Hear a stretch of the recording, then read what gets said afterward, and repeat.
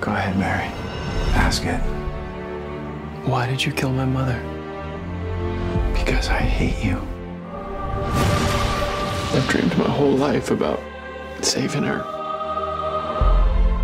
This is why you became the Flash.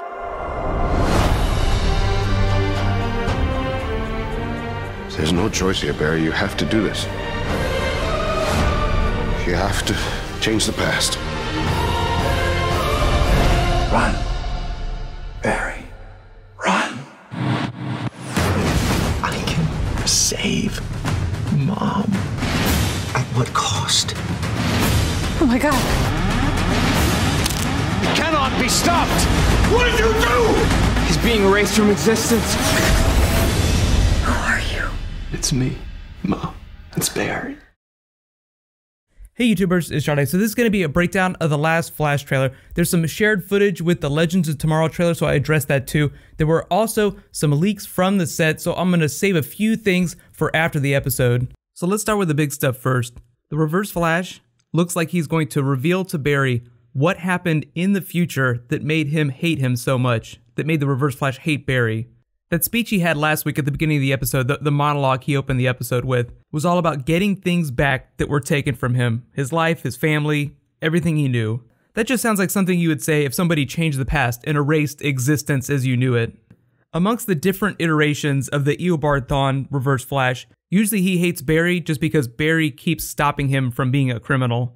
Even though most iterations paint him as this super genius from the 25th century, he has something of an inferiority complex with Barry Allen. Barry Allen is the Flash that history admires the most, and the Reverse Flash just feels like he's never going to live up to that, so he's just really pissed off.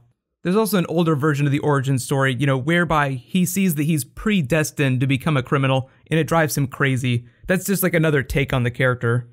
The show seems like it's changing things in the name of simplicity.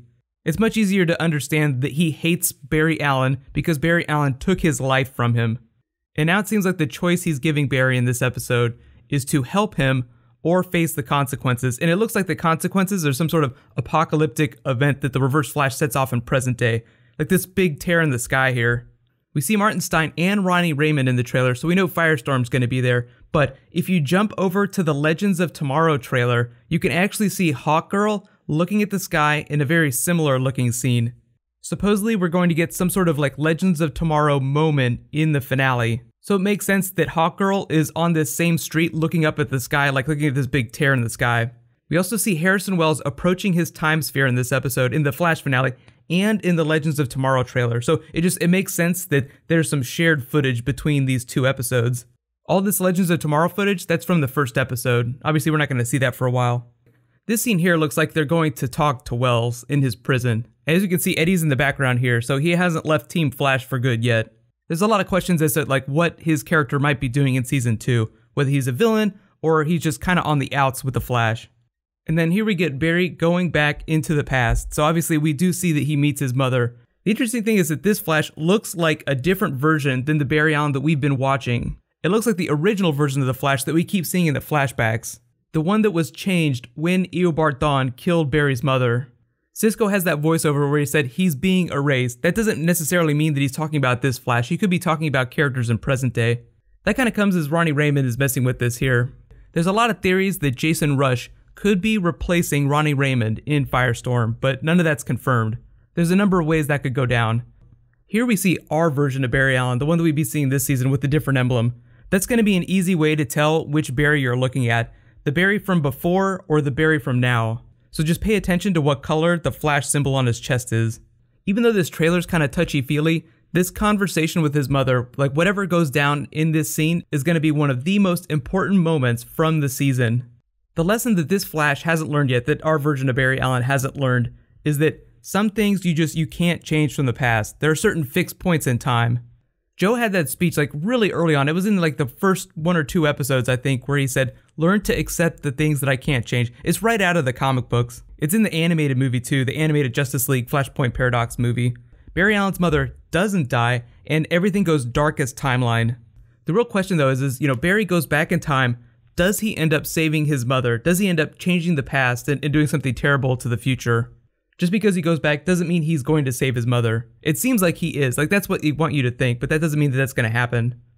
By all accounts, most of the characters we see in this season will return for next season. It's just, a lot of the character dynamics will change. So even if Ronnie Raymond ends up dying, Jason Rusch replaces him as Firestorm with Martin Stein. It could be because of something that organically happens in present day, like Ronnie Raymond trying to save them from that big cataclysm. There's so much that we don't know about how the show's treating the mechanics of Firestorm, like how does Jason Rusch become part of the Matrix? That's all just speculation, but it's basically the back door to Killer Frost, to Caitlin Snow just going off the deep end.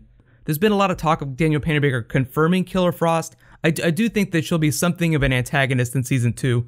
And the most logical ways for that to happen would be for her to have a falling out over the death of Ronnie, or because the past was changed and Ronnie never survived the particle accelerator explosion. You guys can let me know what you think. How do you think that Caitlin Snow is going to become her Killer Frost, her villain character? Carlos Valdez, the actor that plays Cisco, also said that the episode would deal with some of the Vibe mythology from the comics. So if you're a big fan of Vibe, there will be some Vibe-related stuff in the episode. He didn't specify what though. Just remember that some people on the Flash TV show get their powers from tech. Some of them get them because they're metahumans. Usually it's the smarter people that make their own tech. So Cisco being a tech person, if he's going to be Vibe, he's probably going to make himself a bunch of tech. Just to do some prep, I would recommend that you guys check out the Justice League animated movie, Flashpoint Paradox. It's really fun. It's not what they're doing on the TV show, but it's slightly related. It's all about Eobard Thawne finding a way to erase Barry without erasing himself. So really big reminder, Flash finale next week. Be sure to subscribe to get my video. We'll either get characters from Legends of Tomorrow in that episode or like a promo at the end of it, like some sort of Legends of Tomorrow moment. So be sure to watch all the way through the episode and the end credits. Once we find out what's going on with all the characters, I'll do a Season 2 video with, some predictions, and then I'll start doing character videos for Legends of Tomorrow, all that kind of stuff. It's going to be a lot of fun. So in case you guys haven't seen it, you can click here for the Legends of Tomorrow trailer, and you can click here for yesterday's Q&A. Thank you so much for watching, everybody. Let's high five. I'll see you guys tomorrow.